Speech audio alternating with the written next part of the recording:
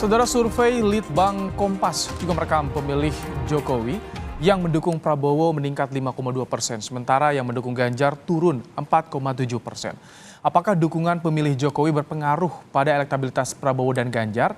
Kita bahas sore hari ini bersama dengan juru bicara tim pemenangan Prabowo Subianto, Wihadi Wiyanto. Ada juga politisi senior PD Perjuangan Arya Bima dan Direktur Eksekutif Poltreking Hanta Yuda. Selamat sore, Bapak-Bapak. Selamat sore.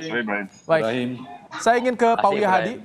Pak Wihadi, bagaimana Gerindra melihat soal efek dari Jokowi? Karena sejak lama, Desember sudah mulai di-endorse nih oleh Prabowo, oleh Jokowi. Seperti apa yang dirasakan oleh Gerindra? Ini efek Jokowi atau survei Kompas? Iya, karena berkaitan dengan tadi efek elektoralnya seperti apa? Ya, jadi yang pertama-tama kita bersyukur karena dengan survei Kompas, survei Litbang Kompas yang menghitung adanya kenaikan daripada elektabilitas Prabowo, dan kemudian lebih lagi bahwa kenaikan itu juga didukung oleh relawan dari Pak Jokowi. Ya, kita sangat bersyukur dan ini adalah merupakan satu hal yang mungkin dipandang daripada apa yang selama ini sudah dilakukan oleh Pak Prabowo dan juga Pak Prabowo sebagai pembantu presiden yang saat ini, dan mungkin dipandang sebagai orang yang memang sudah tahu dan juga apa yang menjadi keinginan daripada Pak Jokowi ke depan, sehingga untuk bisa melanjutkan apa yang sudah dicapai oleh Pak Jokowi. Saya kira itu adalah merupakan satu hal yang positif yang dilakukan oleh Pak Prabowo, di mana pada saat sekarang ini sebagai Menhan dan juga sudah melakukan apa yang menjadi tugas-tugasnya. Jadi saya kira itu suatu hal yang mungkin masyarakat yang tahu, relawan yang tahu apa yang menjadi kinerja dari Pak Prabowo. Tapi semakin terlihat ya Pak Wihadi, ketika sudah mulai ada kode dari Jokowi, semakin intens pertemuan antara Prabowo Jokowi, baik juga dengan keluarga Jokowi ya, Pak Wihadi? Saya kira kalau kode Pak Jokowi itu kan semuanya bisa melihat bahwa tidak hanya Pak Prabowo yang diberikan kode, ya kan? Artinya kan kita juga sering juga bahwa masyarakat juga melihat Pak Jokowi juga memberikan kode-kode yang lain. Tapi saya kira ini semuanya juga bukan hanya hal yang hanya kode, karena semuanya juga ada kode, tapi lebih kepada masalah kinerja dan juga kemudian masalah performa daripada Pak Prabowo sendiri. Baik, Pak Bimo, gimana nih? Ya. Ganjar turun, bahkan pemilih Jokowi yang ke Ganjar juga turun nih sampai 4,7%. Dari sebelumnya 61% nih kan, ada penurunan tipis 4,7%. Apa yang PDIP tangkap? Oh ya, sejak dideklarasikan atau diumumkan oleh PDI Perjuangan, keterpengaruhan atau pengenalan Ganjar Pranowo sebagai calon presiden memang terus dilakukan.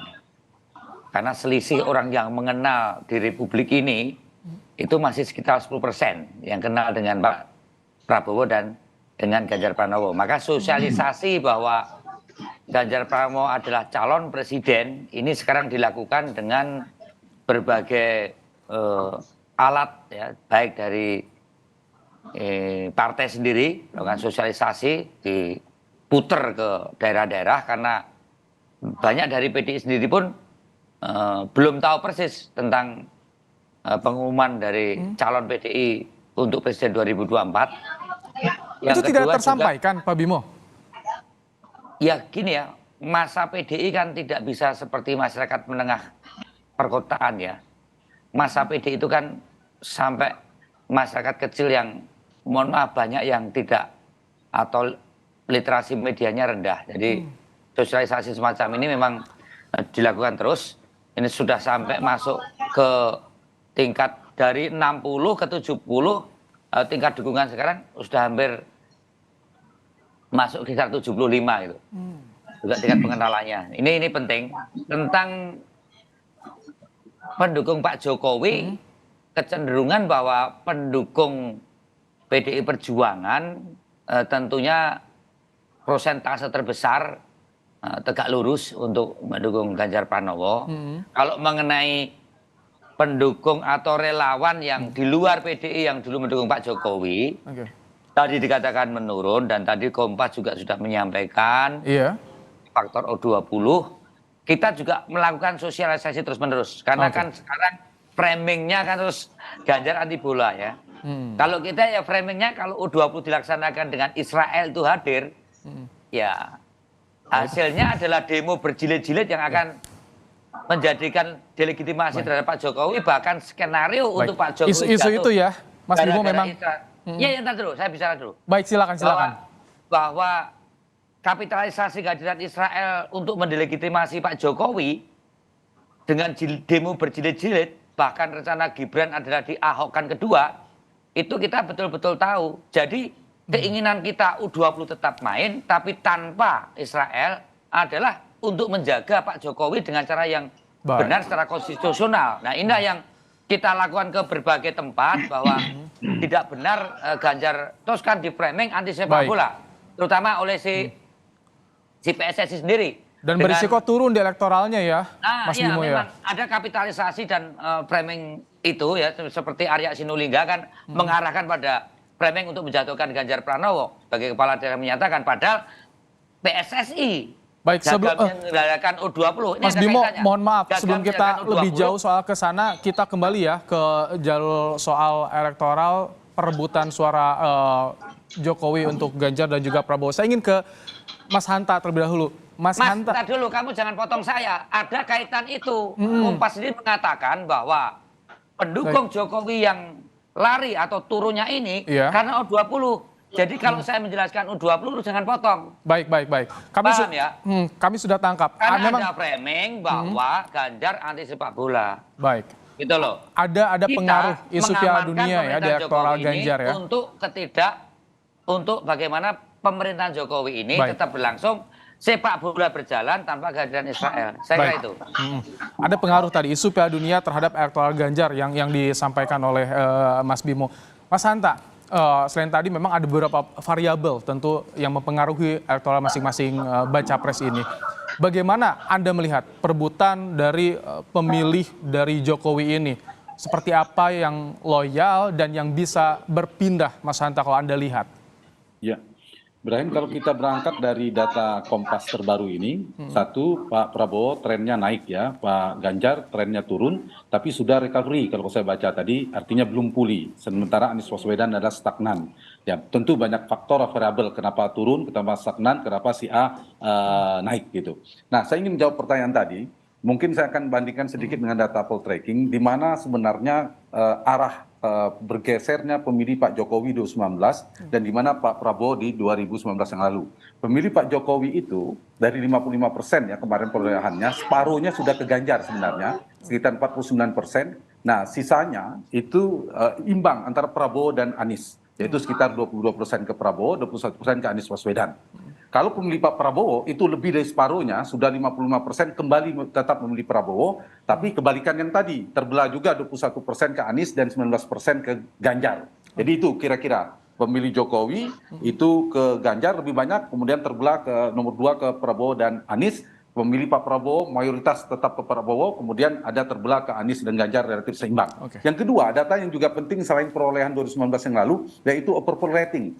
Orang yang puas terhadap kinerja Pak Jokowi. Nah, ini agak menarik. Yang puas kan sekitar 75% kalau dari data kami. Yang puas itu, ini saya ingin menyampaikan data ini, yang puas itu mayoritas kedua terbelah. Ke Prabowo Subianto 38%, ke Ganjar 35% di margin of error. Kemudian ke Anies 18%. Ini yang puas, 76%.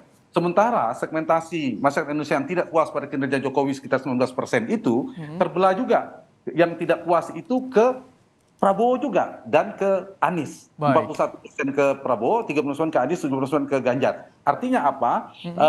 Memang ada faktor ya, mungkin Pak Prabowo adalah menteri bagian dari pemerintahan, jadi mendapatkan insentif ketika kinerja pemerintah diapresiasi positif dan ketika negatif. Jadi kalau dilihat arahnya memang tersebar ya sekarang, ada yang mayoritas ke A, ada yang ke B. Yang kedua, selain kemana arahnya, Ibrahim, yang penting mengapa menurut saya arah dukungan Pak Jokowi menjadi penting. Sedikit ingin saya sampaikan, ada dua faktor kuantitatif, dua kualitatif. Kuantitatif itu satu, 2019 Pak Jokowi ada pemenang Pilpres, suaranya 55% lebih. Yang kedua, sekarang ini tingkat kepuasannya di atas 70%. Ini data kuantitatifnya. Ditambah data kualitatif, kita tahu jaringan relawan mesin elektoralnya Pak Jokowi sebagai pembentuk opini publik maupun mesin elektoral masih terlihat terbelah kan sekarang, masih solid. Yang kedua, kita juga tahu Pak Jokowi adalah panglima tertinggi dari seluruh mesin kekuasaan, pemegang kendali kekuasaan. Nah, dari 4 faktor inilah saya ingin mengatakan, Ibrahim, menyebabkan Pak Jokowi posisi menjadi penting dan strategis, menjadi rebutan tidak hanya Prabowo dan Ganjar, tetapi juga kandidat yang lain yang mempersepsikan di luar pemerintahan. Masih diperebutkan. Ya, tetapi pesannya yang saya tangkap sampai hari ini, selain tadi arahnya kemana, kalau yang puas, saya ulangi ya, kalau pemilih pemilih Jokowi 2019 itu mayoritas ke Jokowi. Jauh, ke Mas Ganjar, jauh dibandingkan Prabowo. Tapi yang puas pada kinerja Pak Jokowi itu terbelah ke Prabowo dan ke Ganjar. Di situ yang artinya ada perubahan ya, ada distribusi suaranya. Tapi yang juga menarik tadi disinggung soal Mas Bimo, bagaimana dari PDIP untuk merebound nanti elektoralnya Ganjar Pranowo, karena salah satunya isu Piala Dunia, juga isu semakin dekatnya Jokowi dengan Prabowo dan juga keluarga Jokowi ini bisa mempengaruhi elektoral baca pres ini. Saya ingin ke Mas Bimo. Mas Bimo, tadi disinggung soal pemilih Jokowi masih menjadi rebutan nih. Jadi bagaimana ke depan sampai pendaftaran nih, seperti apa strateginya dari PDIP untuk meningkatkan elektoral Ganjar? Ini namanya kandidat calon presiden itu kan Ganjar Pranowo dan Pak Prabowo. Ya kan tugas presiden kan banyak. Sekarang kita ini bicara soal kompetensinya Mas Ganjar Pranowo dan Mas Prabowo, mampukah nanti ke depan jadi presiden dengan mengemban berbagai tugas sesuai dengan konstitusi itu. Gitu loh.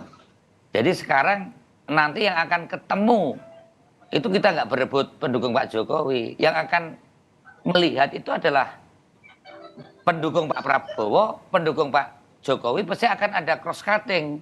Sebenarnya kita ini kan harus bicara calon temantennya itu ke depan apakah bisa membentuk keluarga yang sakinah, warmadah dan warohmah. Akan bergabung, Mas Bimo? Bukan, maksud saya ini kan kita bicara pendukung Pak Jokowi akan ke Ganjar atau akan ke Pak Prabowo. Nah sekarang kalau strategi PDI, apakah yang namanya presiden calon PDI Perjuangan Pak Ganjar Pranowo ini nanti akan mampu menjadi presiden Republik Indonesia? Kita yakin mampu. Itu yang kita sosialisasikan, bahwa kemudian kemampuan itu akan merupakan sustain dari kelanjutan beberapa hal yang terkait dengan program Pak Jokowi. Itu ya akibat bagaimana kita menarasikan kompetensi daripada calon presiden PDI Perjuangan Pak Ganjar Pranowo, akhirnya akan menarik pendukung Pak Jokowi maupun Pak Prabowo. Jadi jangan dibalik cara berpikir kita, bagaimana mencari simpati dari pendukung Pak Jokowi atau pendukung Pak Prabowo.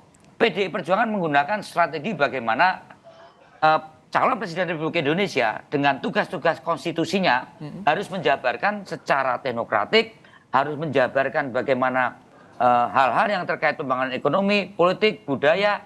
Ini tidak mudah. Bahwa yang konsepsi itu adalah merupakan kelanjutan dari Pak Jokowi, akan ada ketertarikan pendukung Pak Jokowi bahkan Pak Prabowo, itu adalah cara-cara yang kita usahakan. Jadi kita tidak bermain seperti berebut pendukung, tapi memperjelas bagaimana dasar, tujuan, dampak yang diinginkan untuk Indonesia Raya itu kita sekarang sosialisasikan saja itu. Kami tangkap. Pak Wihadi, kalau dari Gerindra gimana? Apakah akan kembali terus lebih intens lagi bertemu dengan lingkarannya Jokowi?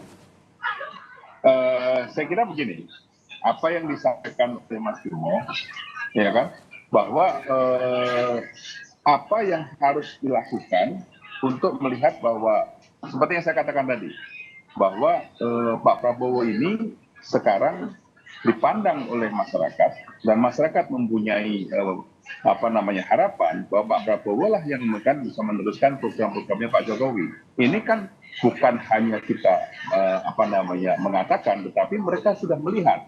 Nah, ini salah satu hal yang mungkin bisa juga saya katakan bahwa disinilah yang namanya ikhtiar kita, ya kan, sebagai partainya Pak Prabowo dan juga Pak Prabowo yang sebagai calon presiden, tentunya bahwa kita selalu berikhtiar dan mendorong bahwa ini adalah merupakan satu kerja keras kita, bahwa yang namanya kerja keras dari Pak Prabowo dan juga semuanya juga tahu bahwa Pak Prabowo dalam mengemban sebagai seorang menteri pembantu presiden itu sudah berpengalaman dan mempunyai track record, dan ini adalah merupakan satu hal yang dikatakan tadi oleh Mas Bimo bahwa masyarakat yang menilai bahwa kemampuan sebagai seorang presiden itu semua juga sudah tahu bahwa Pak Prabowo mempunyai kapasitas seperti itu, karena dengan sebagai seorang menteri pun, sebagai pembantu presiden pun, itu Pak Prabowo bisa melakukan tugas-tugasnya dan sangat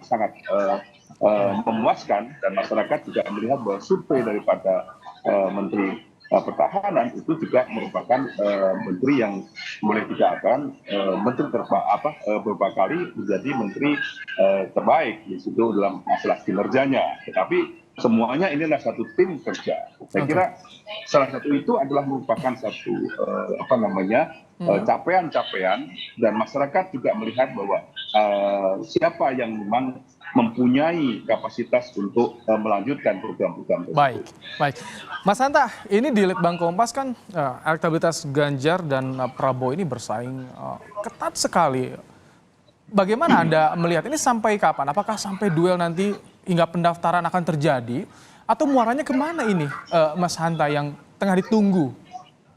Saya kira tergantung ya dinamika strateginya isu yang berkembang. Bisa jadi akan semakin kompetitif atau ada yang terkoreksi berjarak begitu. Nah, ini kaitannya Ibrahim menurut saya skema prioritas ya skenario Pak Jokowi.